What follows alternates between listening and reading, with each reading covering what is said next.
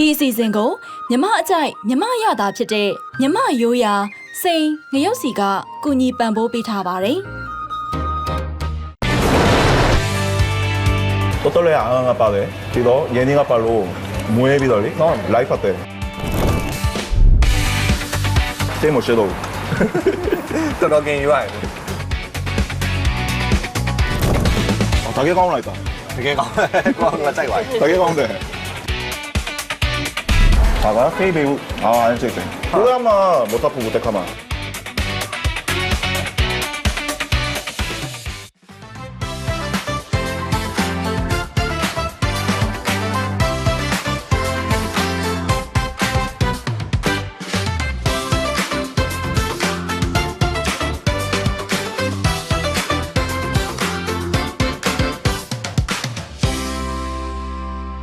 မင်္ဂလာပါအောင်တော့ဟုတ်ကဲ့ကျွန်တော်ကကိုရီးယားကနေပြန်မြန်မာနိုင်ငံကိုပြန်ရောက်တာတဲ့မကြတဲ့လို့ဒီနေ့ဆိုရင်မြန်မာအားရတော့ကိုထော်တီရလို့ဒီဆိုင်ကိုရောင်းနေပါပြီဒီနေ့ဆိုရင်ကျွန်တော်တယောက်ခဲ့ဘူးနော်ကျွန်တော်ဒီလေးဒီလေးတယောက်ကိုအတူတူဖိန်းခုခဲ့ပါတယ်ဒီလေးကတော့မင်္ဂလာပါကျွန်တော်ဒီနေ့ကတော့ကိုအောင်သူနဲ့အတူတူဒါမြန်မာစားသားလေးကိုသွားပြီးတော့မှစားပါပဲဖြစ်ပါတယ်အဲ့တော့ကိုအောင်သူနဲ့အတူသွားမယ်ဆိုတော့ကျွန်တော်လည်းစိုင်လေးနည်းနည်း selection လုပ်တာလေးရှိရပေါ့နော်အဲ့ဘယ်ဆိုင်လေးဖြစ်မလဲဆိုတာကိုပြည်သက်တွေကဆက်လက်ပြီးတော့ကြည့်ရှုပေးပါကဲအခုကတော့ကျွန်တော်နဲ့ကိုအောင်သူနဲ့အတူတူတောင်ကလာပါမျိုးနဲ့သူမင်္ဂလာလမ်းမကြီးပေါ်ကပညာလန်းထိပ်အတုဆိုင်ကိုကျွန်တော်ရောက်နေပါပြီအဲ့တော့ဒီမှာဆိုလို့ရှိရင်ကိုအောင်ကျွန်တော်တို့ဒီမြန်မာရိုးရအနေနဲ့ဒါဒုတ်ထိုးတွေရတယ်ပြီးလို့ရှိရင်ဒါမြန်မာအတုစစ်စစ်တွေပေါ့နော်ဒီမှာစားလို့ရတယ်ပြီးရင်ဒါကော်ပြန်ကြော်တွေလည်းရတယ်ဆိုတော့တကယ်ဟိုမှမိုက်တယ်ဒါမိုက်ရ street food စစ်စစ်တွေကိုခံစားရမှာပေါ့နော်အားကျနေပြီလားအားများဆက်နေပြီအားစားနေပြီဖိုင်းစားနေပြီအခုဒီမှာလည်းအားလုံးသိတဲ့အတိုင်းပဲကျွန်တော်နေအမြဲတမ်းဟိုဒါလူကြတယ်ပေါ့နော်ကျွန်တော်ကူရောက်လာဆိုရှင်ဒါနေ့လယ်ပိုင်းကြော်လာပြီဒါတော့မှအခုချိန်တည်းဒါလူတွေကရှိနေတော့မယ်အဲ့တော့ဒီမှာကျွန်တော်လည်းကိုအောင်သူနဲ့ဒါဘာတွေကိုသွားပြီးတော့မှဒီဆမ်လဲဆိုတာကိုဆက်ပြီးတော့မှကြည့်ရှုပေးပါဟုတ်ကဲ့အတူတော့ဆက်ပါမယ်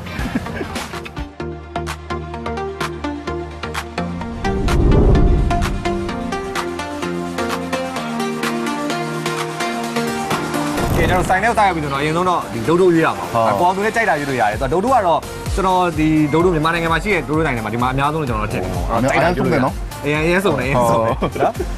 ။အကိုကြိုက်တာရွေးကျွန်တော်အတားကြိုက်ပါတယ်ဟုတ်တာလားအတူရွေးမယ်လူရွေးလိုက်။ဒါဆိုဒါလေးလည်းကောင်း။ဟုတ်။ဘယ်လိုစားရမှာလဲ။ဟုတ်။စားပါတယ်အားလုံးစားပါတယ်။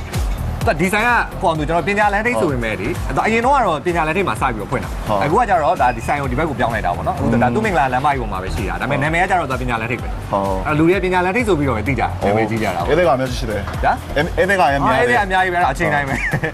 စိတ်ယူလိုက်မယ်ပေါ့နည်းနည်းစုံအောင်ထည့်လိုက်မယ်နော်အမျိုးစုံအောင်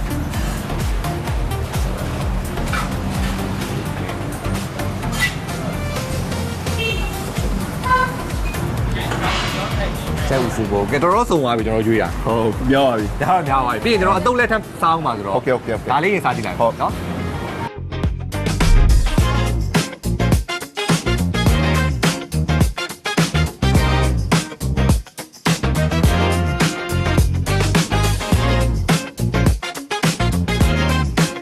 ကျွန်တော်တို့ဒီတင်ညာလန်ထိပ်နဲ့ပတ်သက်ပြီးတော့ဒါကြတော့ကိုအောင်သူပေါ့ကိုရီးယားဆိုတော့နည်းနည်းလေးလည်းအကိုလည်းသိအောင်ကျွန်တော်လည်းသိချင်တာလေးရှိတော့မေးချင်ပြီပေါ့နော်တင်ညာလန်ထိပ်ကလည်းနာမည်ကြီးကတော့ကြာပြီမှာဒါအခုဆိုလို့ရှိရင်ဒါဖွင့်တာဘယ်လောက်ရှိပြီလဲပေါ့အဲ့ဒါလေးလည်းအတိအကျသိချင်တယ်ဟုတ်နှစ်20လောက်တော့ရှိပြီနှစ်20လောက်ရှိပြီနော်ဟုတ်ကျွန်တော်ငယ်ငယ်လေးတွေကစပြီးဖွင့်တာဟုတ်အဲ့တော့ဒီမှာဆိုလို့ရှိရင်ဒါလူကလည်းအများနဲ့ဟိုဒါကြာကြရပေါ့နော်ဒီမှာအဆုံးမဲရှိကြရဆိုတော့မီနူးတွေဆိုရင်ဒါတစ်ခေါက်မှလည်းထပ်တိုးတာလေးရှိတယ်အဲ့တော့ဟိုအမရီဝါလေးပေါ့ဘာမီနူးလေးတွေများလဲပေါ့ဒီမှာဆိုဒုတ်ထိုးတွေထပ်တိုးထားတာပေါ့မိုင်းတို့အတုပ်ကတော့ဒီပုံစံတွေပဲအတုပ်တွေရတယ်လေမီနူးရစားတဲ့လူပေါ့ဟိုမရိုးအောင်အစ်စ်တက်တက်အစ်စ်တက်တက်ဒုတ်ထိုးကတော့တော်တော်လေးဒီမှာတော့များပါဟုတ်တယ်ဟုတ်တယ်ပြောမှကြာတန်ကျက်လေးရတယ်ဟုတ်တယ်ကြာတန်ကျက်ရတယ်ကော်ပြန်စင်းလေးရတယ်ကြက်သားလေးလေးရတယ်ကြက်သားလေးကော်ပြန်စင်းအဲ့တော့ကျွန်တော်တို့ဒီမှာဆိုရင်တော်တော်စုံလေးတော့စားလို့ရတယ်ပြီးရင်အမဒီမှာလေးကျွန်တော်သဘောကျတာဒီမှာအချိန်နဲ့တို့စားဆိုတော့ဒီငရုတ်စီလည်းတော်လေးသဘောကျရပေါ့နော်ငရုတ်စီဖြော်ဆက်တဲ့ပုံစံလေးပေါ့နော်ဘာမျိုးစားသုံးလဲအဲ့ဒါလေးလည်းမိုင်းရစိန်သုံးတယ်စိန်စိန်သုံးတယ်လေစိန်ကိုကဲကိုသုံးတယ်ဟုတ်ကဲ့သူကဆန်နဲ့ငရုတ်ပြီးပဲလောက်ထားတဲ့အတွက်ကြောင့်မလို့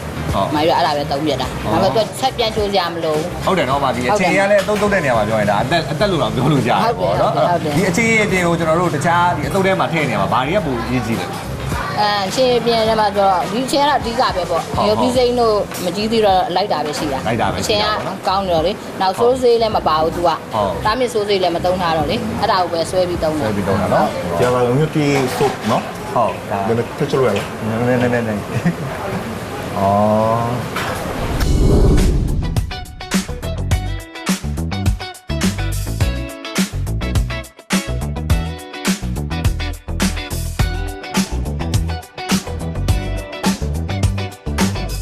ကဲအဲ့ဒါဆိုတော့ကျွန်တော်တို့ဒါမြန်မာဒုတ်ထိုးနဲ့မြန်မာအတုံးနဲ့ကိုစပြီးတော့ရေးလိုက်ရအောင် 오케이. စားရပါဦး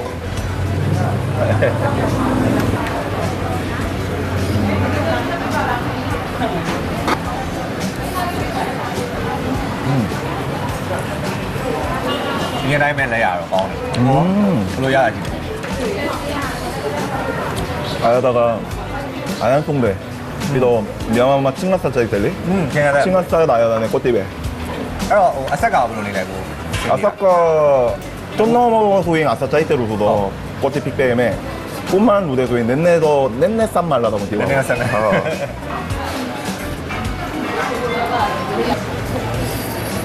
전화가 속도 안하지 사프 빼임에 또 떨릴 가운데. ဟုတ်တယ်ဘယ်လိုမှဆက်စားပေးမယ်တန်းပြီးတော့ရတာ taste ကိုပြီးပါ 어.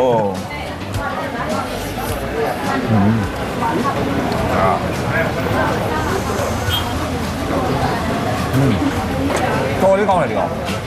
ဒါအခုမှတော့မင်းတို့အစ်လို့လည်းပြောတယ်အချိန်နဲ့တော်တော်လိုက်တာ 어.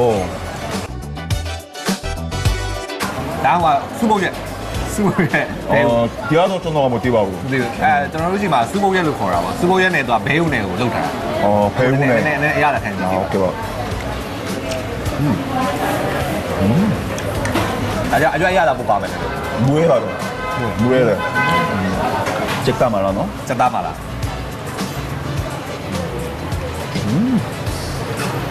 또 떨래 안 빠데. 비도 예니가 빨로 무해 비더리. 라이프 때 하나지. ဟုတ်တယ်နော်ရင်းကြီးလေးနဲ့ပါ 어. စူပုတ်ရက်ဒါသူကစားလိုက်မယ် 전화소인 잭갈리사. ဟော 다가 세이배우랑. ဟေးဘယ် 아, 안 찍대. 꼬야마 못 타프 못 때카마. ဟုတ်လားကိုရက်မှာမရှိဘူးဟေးဘယ် 모민푸 못 때카마. ဟောဒီမှာဆေးဘက်ကိုအဲ့လိုမျိုးဒုံလို့လည်းရှိရယ်ဆေးဘက်ကိုဒုံဆိုပြီးတော့ရှိ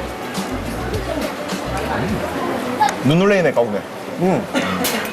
ဟိုထက်စားလိုက်သေးလား 아면서 사네 맞아. အများကြီးစားလိုက်တယ်โอเคအဲ့တော့ကျွန်တော်တို့ဒါကိုအောင်သူကိုဒါဒီမှာနေအားမရသေးဘူးနောက်ထပ်တခြားကောင်းတဲ့ဆိုင်တွေခေါ်သွားဖို့လည်းရှိသေးတယ်အဲ့တော့ကောင်းသွားလဲဒါစားဖို့အဆင်သင့်ဖြစ်နေပြီဆိုတော့ကျွန်တော်လည်းအဆင်သင့်ပဲအဲ့တော့ဘယ်ဆိုင်တွေကိုထပ်ပြီးတော့သွားစားအောင်မလဲဆိုတော့ဟိုပရိသတ်တွေကဆက်ပြီးတော့မှကြည့်ရှုပေးပါဦး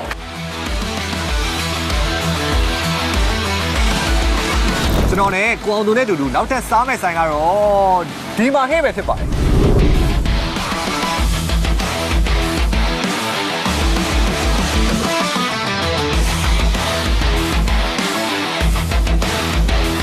ဒီမှာ package ကတော့2မျိုးရှိတယ်သူက19800နဲ့29800 오케이. 19800ကျတော့ဒီအသားကင်ပဲဟုတ်ပြီပြီပေါ့နော်29800မှာကျအသားကင်နဲ့ hot pot ဟော့ပေါ့လေးပါစားနိုင်ကောင်းပေါ့နော် 가운 말에. ကောင်းပါတယ်29800 package တွေယူလိုက်မယ်ဟောဒါပေမဲ့ဒီမှာစားသုံးနေရကြတော့သူ3နာရီခွဲ 오, 시에요, 너? စားသုံးနေရကြ3နာရီခွဲမှာအဝါစားလို့ရတယ်ဟုတ်ပြီပေါ့နော်အဲ့ဒါကျွန်တော်မှားလိုက်မယ် 오케이, 오케이. ဒီလေး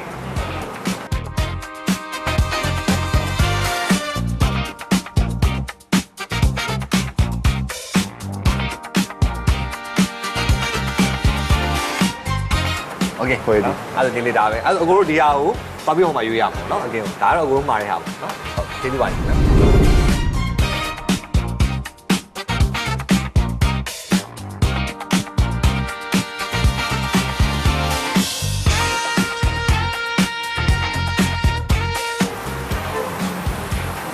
ဝေးလာပြီ 어, 아침가 뭐해다 배.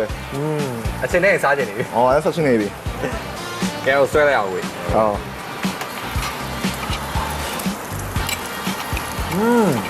별로래? တော်ကောင်းတယ်ဆွဲဟဲ့ကွန်တီအခုဘယ်လိုနေလဲရလာပြီတော့ 아따요, 삥냈어요. 전화가 안 한신 때못 싸우고. 멀레 사포도인 못 싸우고. စား 아코가도 안 할래 못 씹어낼래? 다시 빼봐대. 잭신 너? ဟုတ်တယ်ချက် 잭매, 잭매. 아, 잭매, 잭매. စိတ်မရှိတော့ ဘယ်ဝဲရပြီလားတော်တော်ကင်ယူရတယ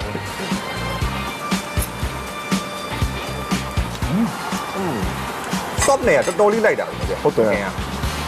ဒီမှာလေအကင်တွေရောနောက်အေးတွေရောပြင်မှာဒါမြန်မာရိုးရမှာဆိုခေါင်းကြီးကြားဘူးလား အာခေါင်းဝင်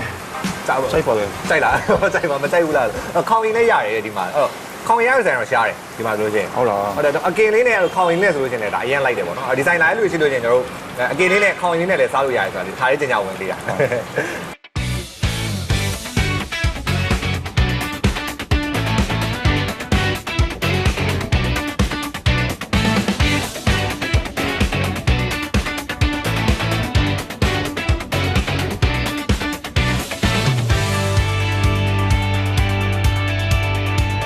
ာမင်္ဂလာပါ မင်္ဂလာပါ အမကမေးနေတာလေးရှိလို့လေကျွန်တော်ရောက်လာဒီမှာအခုစားတာအရသာလည်းတော်တော်လေးရှိတယ်ကျွန်တော်တို့ဒီမှာ soft core ပါတော့လုံးဝအလိုက်ပဲဒါအပြည့်စုံတယ်ပေါ့နော်အဲ့တော့ဒီဆိုင်နဲ့နာမည်လေးအရင်ဆုံးသိချင်တာလည်းပေါ်တဲ့ကျွန်တော်လည်းပြောနေတာ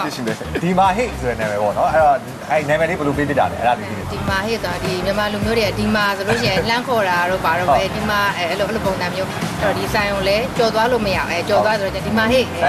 နောက်ပြန်ပြီးဆက်ကြည့်ပြီးတော့ထပ်ပြီးဝင်အောင်လို့ဒီမှာ ကျွန်တော်လည်းခုနပြောနေရတယ်ကလမ်းကောင်းနေသလိုခံစားရတယ်လို့ဆိုင်အဲ့ကြောင့်တော့မဆိုင်လေးရစတဝါလေးဒီမှာဟဲ့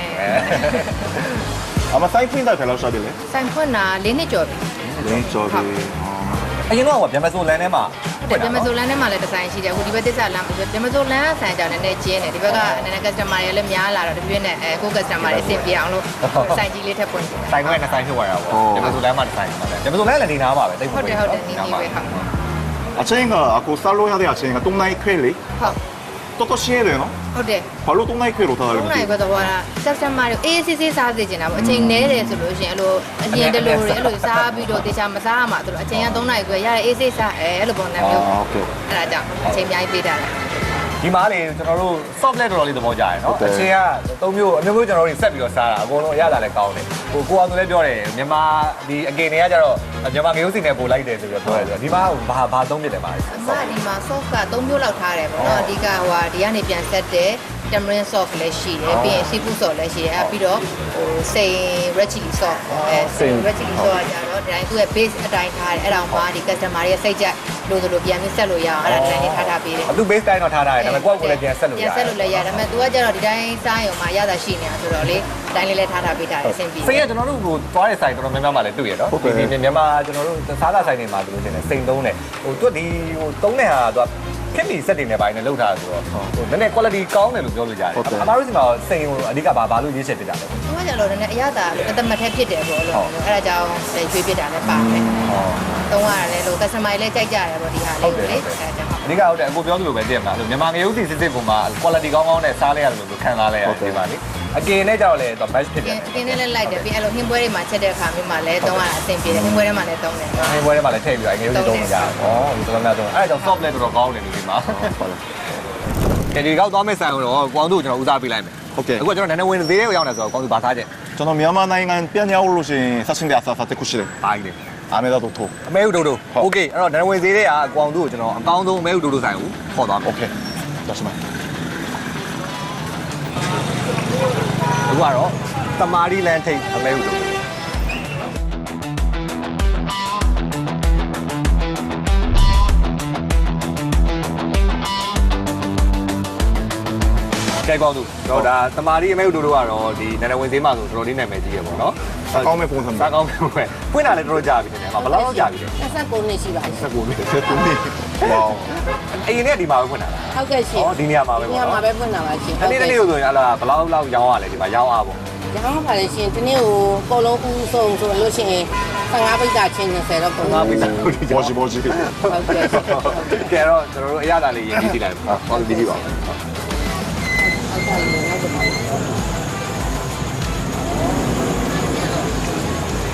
မှာလို့ရှိရင်ပို့ပေးရရောရှိတာ ပို့ပေးပါလေရှင်ဟုတ်ကဲ့ပဲပို့ပေးတယ်ဥပနာတော့မချိတ်ကြဘူးဟုတ်ကဲ့ရှင် ဒီနေရာပေါင်းလိုက်တာ လက်တချာဆိုင်နေတော့နည်းနည်းမတူတာရှိတယ်ပိုပြီးအာရဒါကိုထက်တာများလို့ပိုပြီးငန်းတယ်ငန်းလို့ပိုပြီးစားလို့ကောင်းတယ် အရသာပို့ပြီးတော့ခြားဆိုင်နဲ့ပိုလေးလေးပင်ပင်ရှိရကောင်းတယ်ပေါ့ဟုတ် ပြဒီမှာလေးဆိုင်ခင်းတာလေးရောတက်တက်မြက်မြက်လေးရှိရပေါ့အဲ့ဒါလေးကျွန်တော်တော့သဘောကျတယ်ပြီးတော့ဟို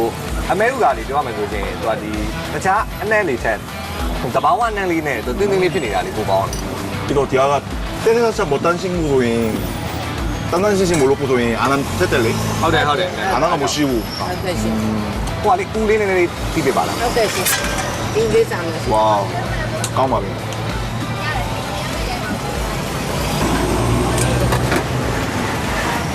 ဒီမှာလေဟိုကအမဲတိုးတိုးအပြင်ဘာထည့်ရသေးတယ်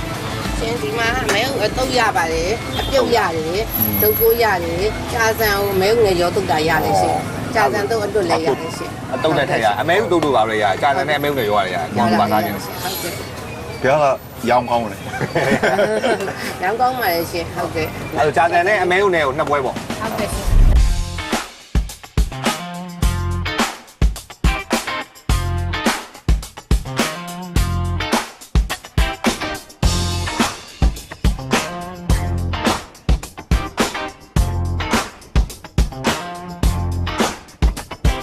စိန်ရုပ်စီသုံးတာလား ဟုတ်ကဲ့ပါရှင် ဟိုကလေ စိတ်သုံးတာပါရှင် ဒီမှာကြတော့လေအဲ့စိန်ရုပ်စီနဲ့ဆိုလို့ရှိရင်ပို့ပြီးတော့မှကျွန်တော်လိုက်တယ်လို့ခံစားရတယ်အမောက်ကြဘာလို့ရွေးချယ်ပြတာလဲ စိတ်ငရုံးစီရွှဲရွှဲလေးထည့်တဲ့အတွက်ပိုပြီးရတာရှိပါတယ်ရှင်စိတ်ငရုံးစီက FPA သစိတ်ရရှိထားတဲ့အတွက်ပေါ့နော်အကုန်လုံးစားသုံးမှုလူမျိုးဘာသာမျိုးစားသုံးနိုင်တဲ့အတွက်အဲ့ဒါလေးကိုပဲသုံးဆွဲတာပါ စိန်ရုပ်စီအဲ့ဆိုဟာလာပါရတာတယ်နော်သူက ဟုတ်ကဲ့ လူမျိုးဘာသာမျိုးစားလို့ရတယ် ဟုတ်ပါတယ်ရှင်ဟာလာပါရပါတယ်ရှင် ဩဟုတ်ကဲ့ အဲ့အတွက်ကျမတို့လူမျိုးတွေအများဆုံးဒီဟာအတွက်ပေါ့နော်အဆင်ပြေတဲ့အတွက်ဒါလေးကိုပဲသုံးပြပါ ဩဟုတ်ကဲ့ဟုတ် ကျမကြားပြီးသုံးတာဆိုရင်သုံးလုံးကစပြီးတော့ပေါ်တဲ့အချိန်ကတိုးချီရဲပေါ့နော်ပလတ်စိတ်ကြီးနဲ့ထုတ်ထားတဲ့ fish ကာလာတွေကသုံးလာတာအခုချိန်ကြီးပဲပေါ့နော် အခုချိန်ကြီးတော့တော့ ဟုတ်ကဲ့ ကြာ အခု ပြီ ချိန်ကြီးပဲသုံးလာပါရှင် တနေ့ရှင်ရှင်လက်ဆက်ဆက်ငရုပ်စီလေးနဲ့ ဟုတ်ကဲ့ စားပြီကျွန်တော်လည်းပြောတာအမဲဥတူပဲစားဘူးလားကြာတယ်နဲ့တုတ်တယ်ဟာမစားဘူးလေ 그만에 떠서 쏘면 ဝင်းနေရတယ်ရုပ်စီနဲ့ပြီးတော့ ဟုတ် ကောင်းတယ်ကားလို့ကြာတယ်တုတ်တယ်နောက်ပိုင်းမှာထပ်ပြီးတော့တုတ်တာလားအရင်က ရင်းနေရပဲစရောင်းနေဟိုအကုန်ပါပါအဲ့တိုင်းပဲပါရှင် ဘယ်လိုလဲ 칭칭레이는 안 가오네 아야다 아쿠 너나 뽀루리 게임 못한 칭케부 나빼메 칭칭레이 사이로 보다가 아야다가 삐안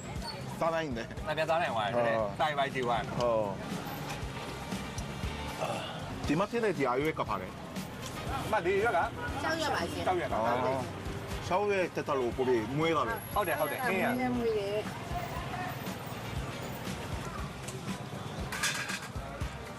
다게 가오나 있다 တကယ်ကောင်းကိုကကြိုက်သွားတယ် 다게 가운데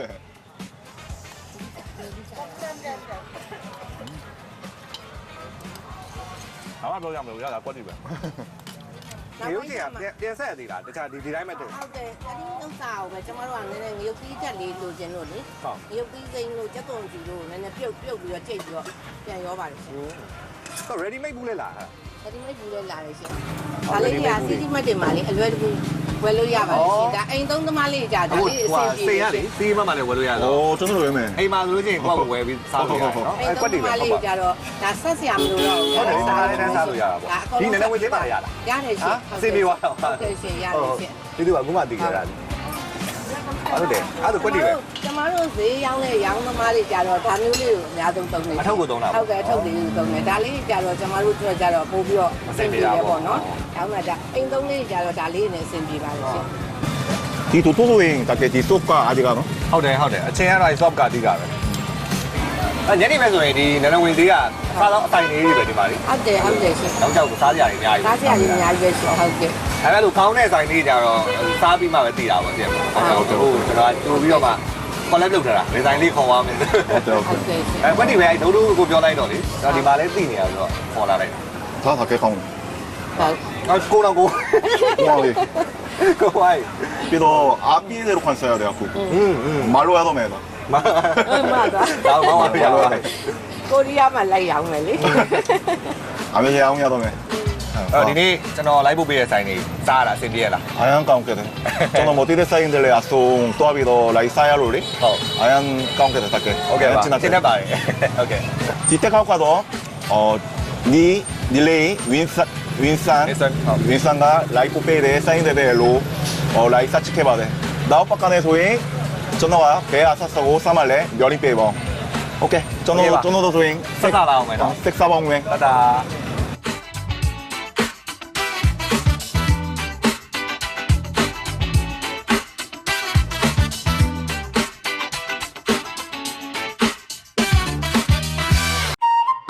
ဤအစီအစဉ်ကိုမြမအကြိုက်မြမရတာဖြစ်တဲ့မြမရိုးရာစိန်ငရုတ်စီကကူညီပံ့ပိုးပေးထားပါတယ်